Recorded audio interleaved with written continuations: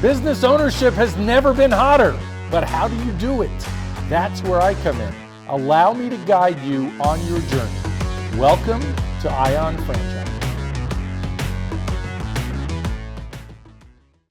This episode sponsored by SEO Samba. Empower your franchise with predictable results and AI-driven marketing. Up next. And when you peel back the layers of the onion on each one, you start to realize that these are the keys to being successful in anything you do in life. I sum them up as execution, accountability, and work ethic. Why a franchise, and specifically why horsepower? You know, they build a business, and I've seen people get to $1 million, $3 million, $5 million, and go, man, this is delivering more to me than I ever would have imagined. Hello, everyone, and welcome back to another fabulous episode of Ion Franchising. I have a VIP guest. Let me tell you, this guy I've known for years. He is the chairman and the visionary behind Horsepower Brands. Now, let me tell you about Horsepower Brands. This guy, he's probably the only one I know in franchising that has not only exited one brand, Monster Tree was his first brand, and then he acquired Redbox Plus and exited that. And now he's the chairman, again, and visionary behind Horsepower Brands. No private equity involved. Here's a guy that you should be talking to when you're exploring franchises. Josh Skolnick, welcome to the show. Thanks for having me, Lance. Looking forward to chatting with you today. It is my pleasure, Josh. So I've been to the gigantic office in Omaha, Nebraska. No, I didn't see Warren Buffett, but more importantly, I saw you. So how many brands do you have now? 9? So today we have 9 brands at Horsepower Brands, all in the home service space. All in the home service space. So let's get this question out of the way. Is the home service space the best place for most people to be when they're considering a franchise? Well, I'm biased because I'm in the industry. I've spent the last 31 years of my career in the home service space from the time that I started my first business at the age of 10. With that being said, there's a lot of great industries to get into, but what I think people really are attracted to with the home service space is low overhead investments into where you're operating your business out of. Oftentimes many of these businesses can be home based.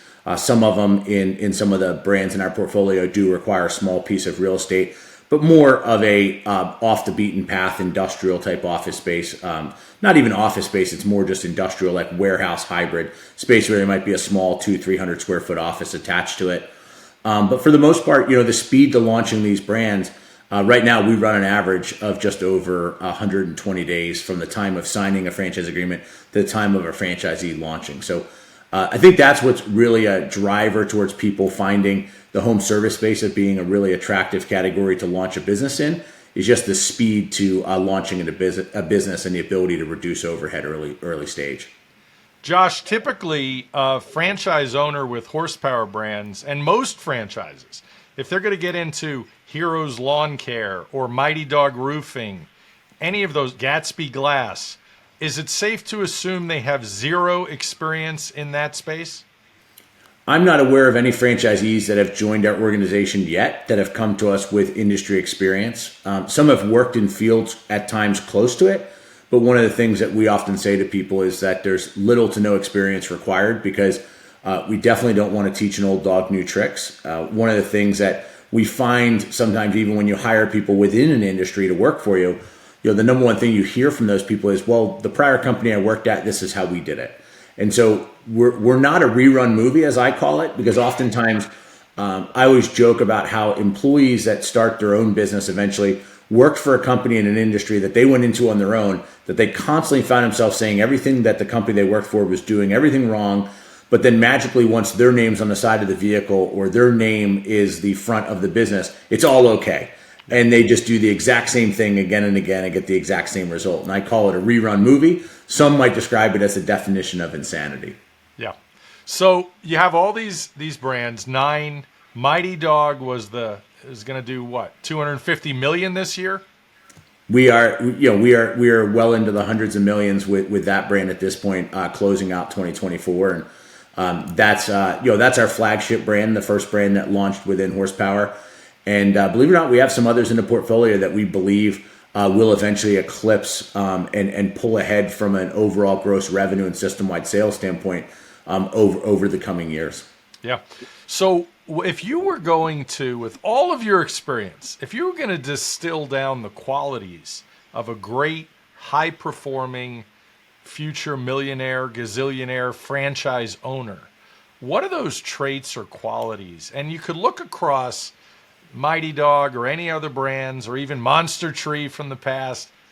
What are those qualities? Well, our most important asset is our franchisees within the system. You know, as a franchisor, we have one customer, and that's going to be our franchisees. And, you know, one of the things I always tell people ahead of moving forward in one of our brands is that the true results of what you're going to achieve is not what we do as the franchisor. We're going to deliver you systems, tools, processes, ongoing training, all the things you need to know to go into an industry. But at the end of the day, what you do with all of those yourself as a business owner is what's really going to prove, you know, your long-term result. You know, I really sum it down to 3 key character traits. And when you peel back the layers of the onion on each one, you start to realize that these are the keys to being successful in anything you do in life. And I sum them up as execution, accountability, and work ethic. And execution really begins through a development process. As somebody is exploring opportunities, you know, how well do they execute on the decisions that they're making? What's their level of accountability? Are they showing up to the scheduled calls? Are they following through on the things that they're supposed to be doing through a process to truly become immersed and educate themselves? But more importantly, show the franchisor that they really are of the right DNA to be successful within the brand that they're looking at. And then lastly, the work ethic shows through with each one of those first 2. So again, to sum it up, it's execution, accountability, and work ethic. And like if you keep your eye on those 3 things, you know, the rest becomes a lot easier for you to really build a successful business.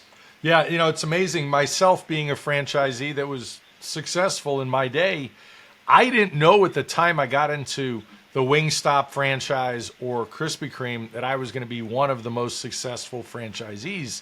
Yep. You don't know because I didn't do it before. And one of the amazing things when you mention work ethic, it's setting that example for your team also. Because I know too many leaders out there and new franchisees that think they're gonna go pick up the money if they have a restaurant and go play golf. And I was like, no, it's the guys that are really on the field, so to speak, with their team, especially in the beginning, right? It is. And one of the things that I've learned, I've been a franchisor now going on 14 years. I started my first franchise brand, Monster Tree Service, in 2011. I made the decision to franchise that business after an early stage run in an industry I knew little to nothing about myself when I got into it in '08.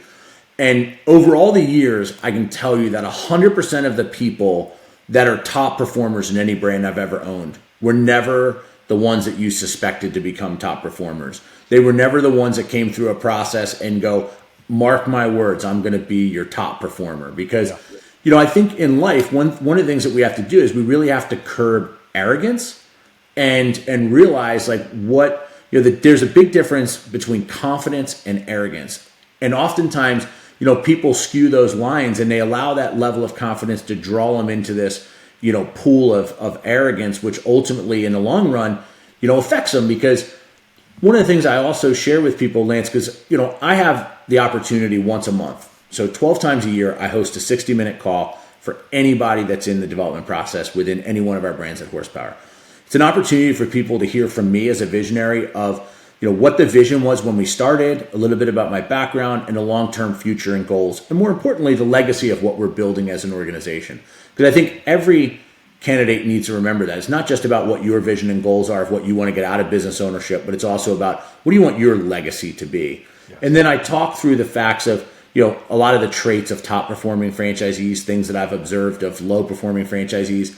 But I always remind people that in this part of the process, oftentimes people can get so excited about the opportunity that's in front of them that they would sit on a call like you and I are on today and nod their head and go, yup, regardless of what you told them they have to do once they get into business. But then as soon as they actually have to go out and actions speak louder than words, sometimes that can shift. Yeah. And so what I've learned is that oftentimes when people are telling you like, I'm going to be your top guy. I'm going to be your highest grossing this or that, whatever it might be. Oftentimes it's a sales pitch from them. And then we become a little bit skeptical of like, are they really going to follow through on this level of action that they're talking about or not? And so, in our businesses, because, like you deal with a very diverse range of investors. I always refer to anybody that's looking to buy a franchise opportunity or invest in a franchise opportunity as, think about your talk track. Like when you're talking to friends, family, spouse, whoever it might be, professional advisors, very rarely, and if you think for a second, you won't catch yourself saying, I'm looking to buy a business. If someone's like, hey, what are you up to lately, Lance? You're not going to be like, oh, I'm looking to buy a business. You're going to say, I'm looking to invest in a business. Yes. And so everything that we do is really an investment opportunity, and we want people to think that way. But we can cater with any of our brands to either a semi-involved or an owner-operator type individual. And that's where those character traits become so important as we're thinking about what role is an owner going to play in the business, regardless of whether they're semi-involved or an owner-operator, and who do we need to really hire around them to help exemplify, and really showcase the overall opportunity with that brand in a specific market. Let's jump right into that semi-involved or semi-absentee owner, as the franchise world has created the term of franchise of Yep. semi-absentee over the years. So there are a lot of naysayers out there that say you have to be a fully involved, full-time owner, otherwise you won't be successful. As you stated, people have different talents. People have different abilities, different experiences. So what do you say? I know Horsepower Brands is certainly a fan of giving people a shot at being a semi-involved owner. Describe that process and what that really takes.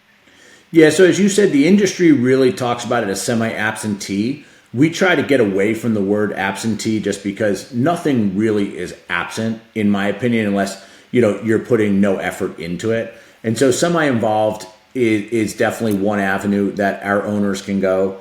And then there's obviously the owner-operated route where you're in the day-to-day of the business. This is going to be your full-time effort, and more importantly, looking to create a replacement of income as soon as possible.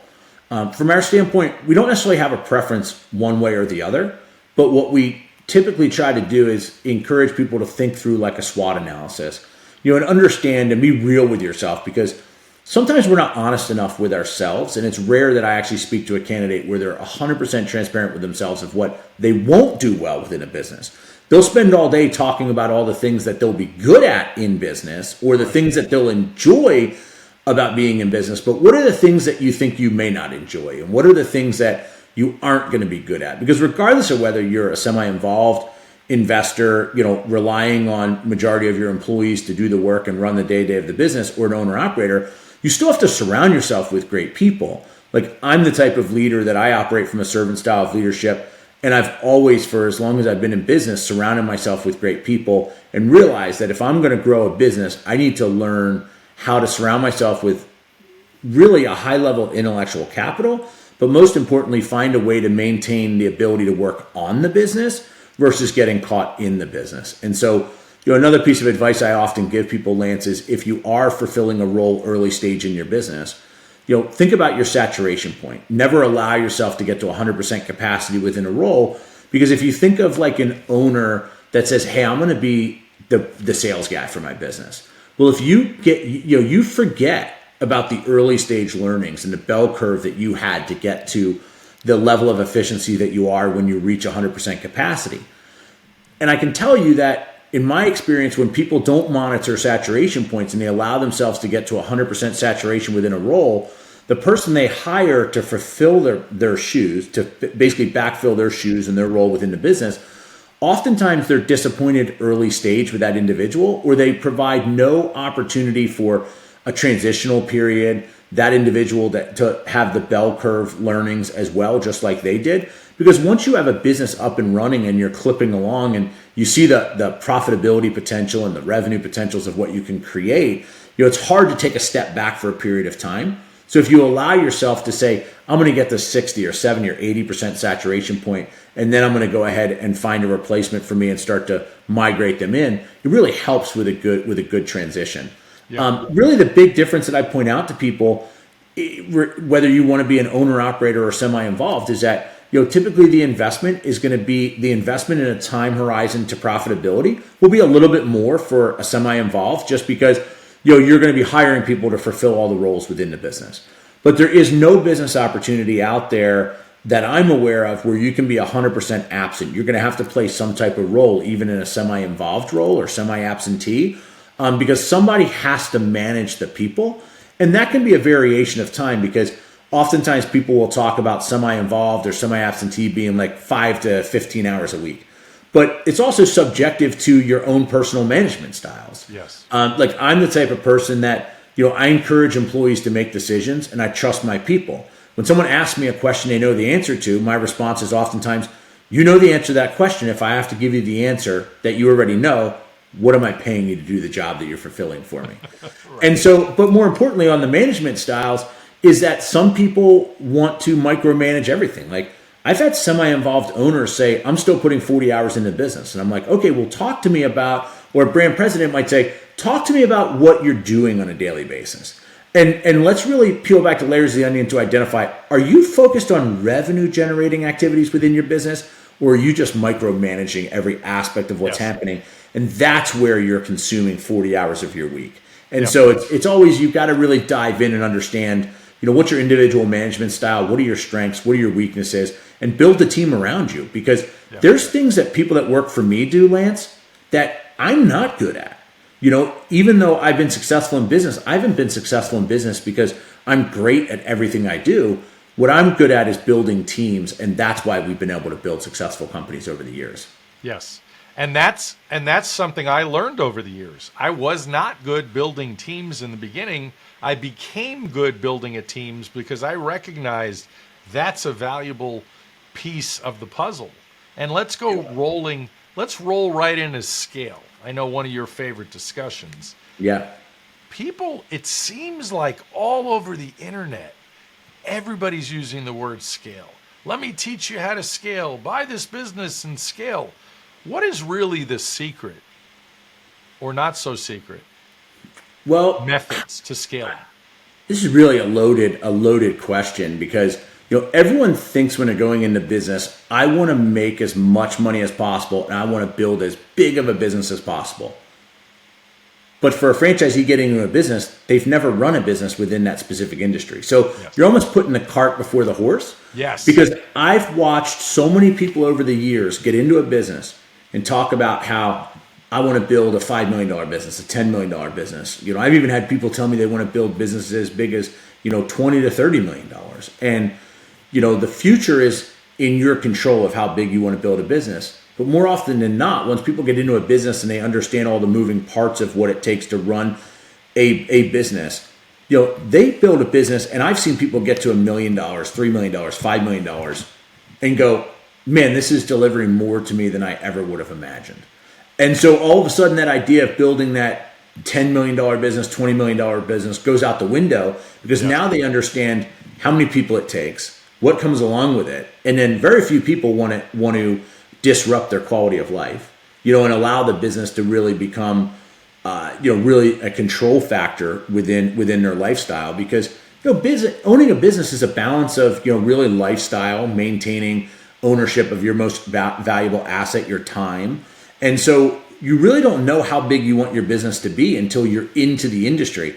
But what social media and everything around us is really beating in our heads is like scale, scale, scale, get as big as you can get, where there's a lot to be said for, being that middle market opportunity and business within a market that's doing $1 to $3 million. A lot of times those business owners, in that $1 to $3 million range are making the highest margin of profit, are running a very nimble business. Because there's also inflection points you have to remember that, as you get to a certain size and scale, there's added layers of management and things of that nature that have to be implemented, that sometimes, building a business between 1 to 3 million as an extremely profitable kind of state, going to 4 million, you may make far less than you made at 1 to 3, because with the added layer of infrastructure and overhead you added, you need to get to, 5 or 6 or 7 million as quick as possible to exceed the profitability margins you were at as a smaller business. Yeah. No, I love that. And Look, that's the reality, but everybody has their goals. And you're right, first time business owners, some of them set their sights too big. But look, if you want to run a marathon, talk about getting some running shoes and get out there and start running around the track for a change, right? Yeah. Well, that's one thing you'll never hear me say, that I'm looking forward to running a half marathon or a marathon.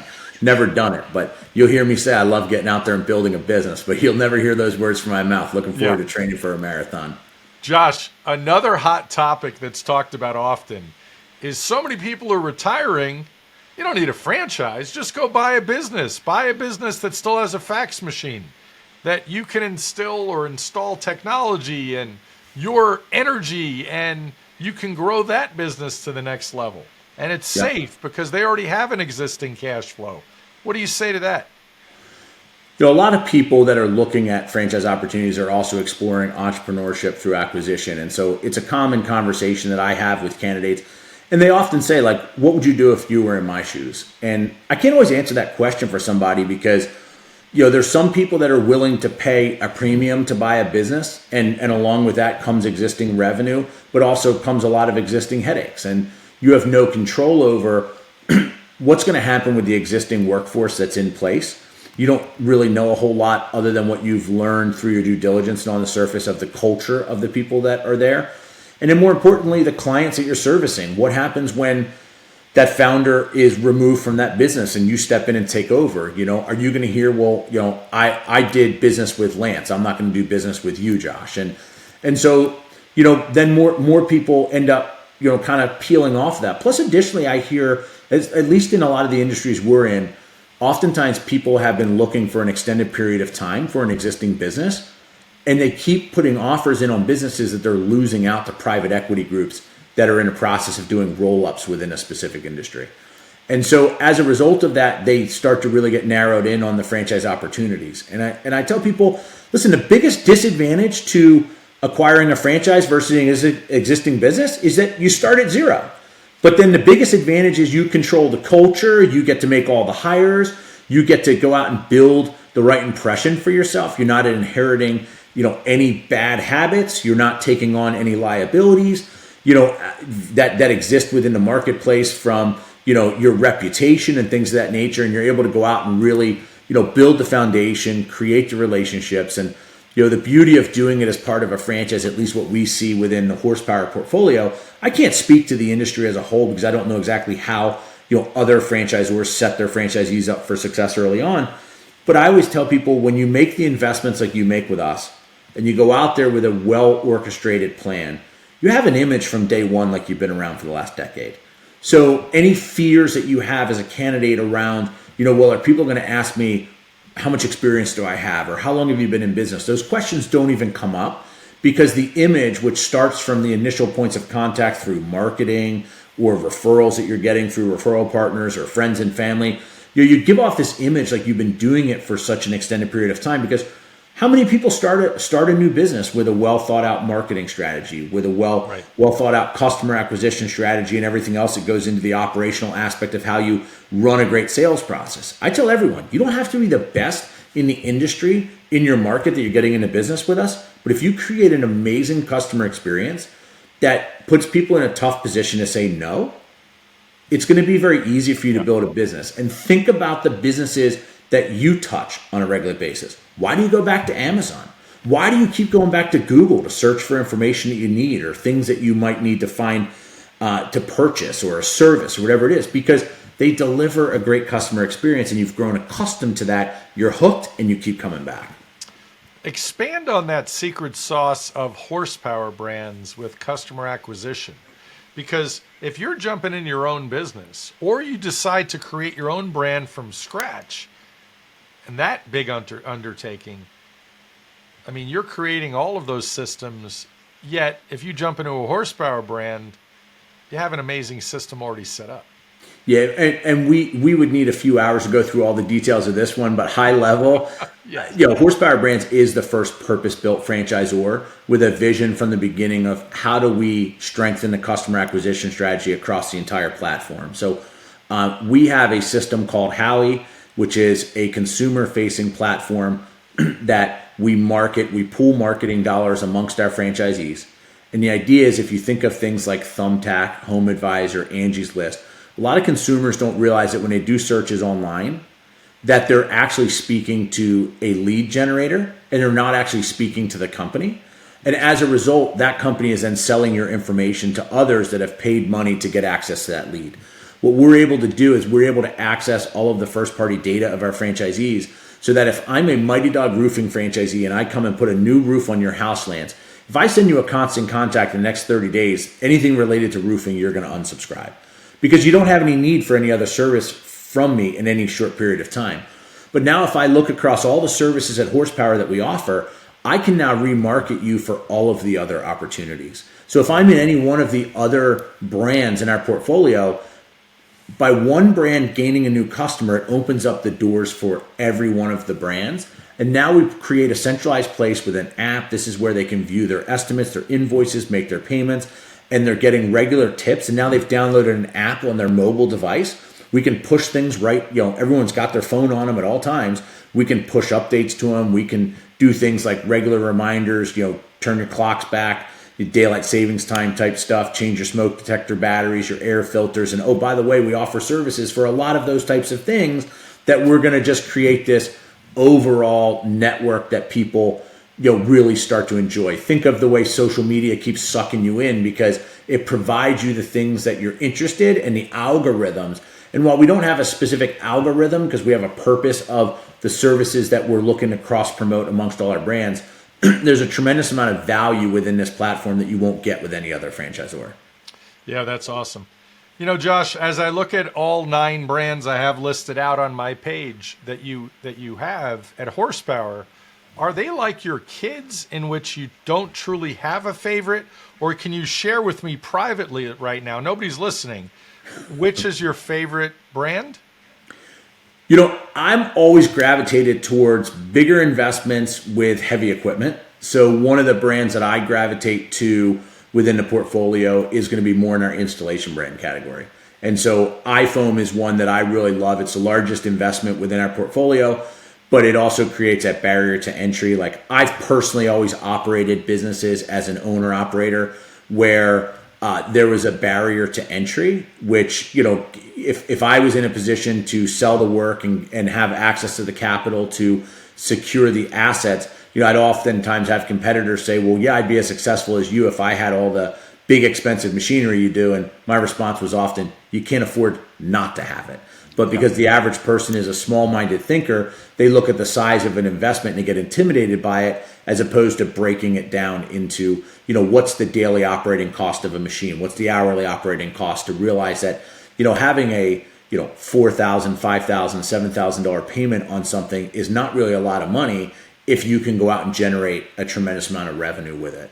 And so, and that's an important piece that I didn't get a chance to mention as I've explained so much about what we do and respond to some of your questions, is that Horsepower Brands, even though we have 9 brands, the way we simplify it for a candidate coming through the process, and really to even assist you in when you're working with a candidate, Lance, is we break them into 3 categories. We have our subcontractor brands, where the franchisees in those 4 brands within our portfolio are going to primarily be a marketing and sales business. So they perform the marketing and the sales aspect, and they use subcontractors for all the installation.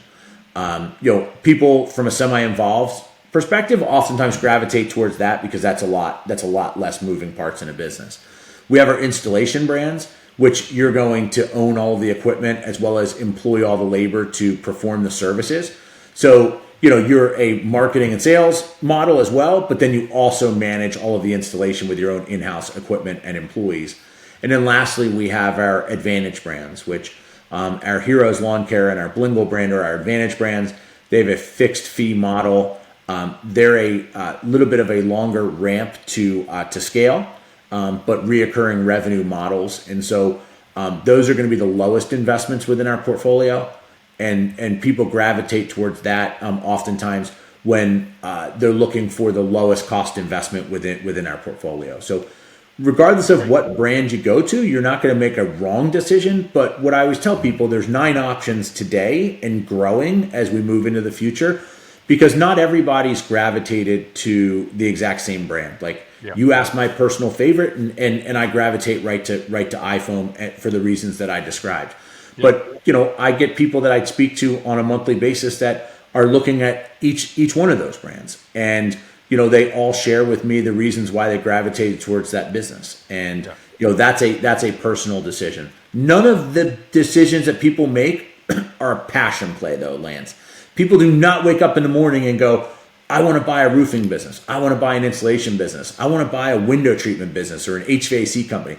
People are drawn to the revenue opportunities, the impact they can make within the local community, the impact they can make on the industry. But I find more often than not, people are getting into looking at these opportunities because of an individual personal experience they had with that specific industry. And it just triggered them to start to look at it. And then they saw business opportunities and realized they're in a financial position or a season of their life that it's time to go build something for themselves. Yes. Yes, I love that. And it seems like people are starting younger and younger all the time. So talk now about really why a franchise and specifically why horsepower. I know about the level of support that you provide, but I'm sure support will be part of your answer, the systems, the roadmap that you give. Talk about that. Well, the thing I like about a franchise system over an independent business is, I've run independent businesses and it's you against an entire industry. And you really can't get any real data, because what I've learned is that when you're in an industry by yourself as an own independent operator, and you're asking others within the industry, well, how are you performing here? Like, what type of revenue do you on this? Or what's your profitability? People overstate oftentimes in those conversations. And so what I love about a franchise system is that you have peers that you're both benefiting each other. The entire system's benefiting each other. And there's no reason not to share that data. And so you've got national benchmarks. Like, we run dashboards in our brands. Like, we know the national average of each KPI. Every one of our brands has a minimum of 9 primary KPIs that we drive from a data perspective for the success and performance of our franchisees.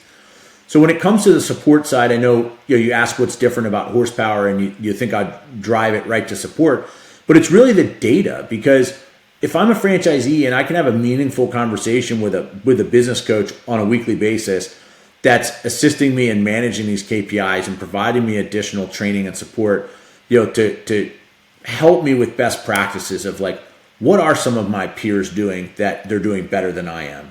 Or why is my close ratio sitting at 5 or 8 or 10% below the system-wide average? It gives us the ability to really lift everybody up.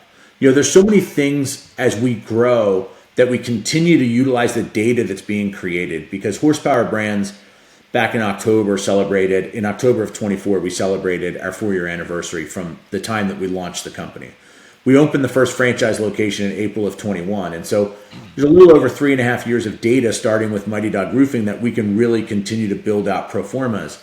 And so now when you become a franchisee within our system, we can give you the week-by-week playbook of how many leads do you need to generate based on the national average of the KPIs, and then how much revenue do you need to generate as well, and all of these other things that are driving into not just looking at this, big, hairy, audacious goal of, like, I want to get to $1 million in revenue. I want to get to $3 million in revenue. I want to get to $5 million in revenue. It's like, how are we getting there in bite-sized pieces? And it's like, people often think, well, if I want to build a $500,000 business, or say a $520,000 business, I better do $10,000 a week. Well, you're not going to do $10,000 a week every single week. But if you can break it down, you can look at it, and maybe when you launch a new business in your first week, you may only do a few $1,000s in revenue. But that means if your first year goal was $520,000, in weeks 40 through 52, you may be needing to do $13,000 or $14,000 or $15,000, so that everything comes together. But unfortunately, not a lot of people come from a financial background that have the level of sophistication to build that out for themselves. And it gives us the ability to really strategically build it out and let them go out and focus on the things that really make them money in their business, and that's sales and production. If they can sell the work, you can generate the leads, sell the work, get the work produced, like, we can help formulate the plan behind the scenes and coach to it and train to it to ensure that we all hit the mark. Yeah. Josh, you've been amazing as expected. Final thoughts, final words of wisdom for the audience? I think for anybody that's looking at these opportunities, don't be afraid to stop and pause for a minute and realize you don't have to do this. I tell everybody as I meet them, the beauty of going through a process like this is that people don't have to do it. If you're in a position that you absolutely have to buy a business because you think that's the only way that you're employable or that you can earn an income, you're probably looking at business ownership for the wrong reasons. But what I find is nobody has to do this, but they make a decision because they spend a lot of time building things for other people. And more importantly, they want to take their own individual efforts and really build out their own legacy as opposed to building somebody else's dream. And so, I find the most unfortunate part about being a franchisor, and you know this, Lance, is that more often than not, people are going to choose not to go into business for themselves out of fear and ultimately end up in that should have, could have, would have category that so many people spend so much time talking about the should have, could have, would haves in life. And we could spend another 30 plus minutes just talking about those, the two of us, but there's no need to, because why waste the space? So, understand these opportunities are there and that you should go after them, because there's no fun in life going through life wondering, what if I did that? Do it and get out there and build something special with a great team. I love it. Josh Skolnick, Chairman and Chief Visionary of Horsepower Brands. Thanks for being here. Thanks, Lance. I appreciate it. My pleasure. If you're ready to talk about franchise opportunities, hit the link below to schedule a call. My services are free, and don't forget to like, comment, and subscribe. Thanks for listening.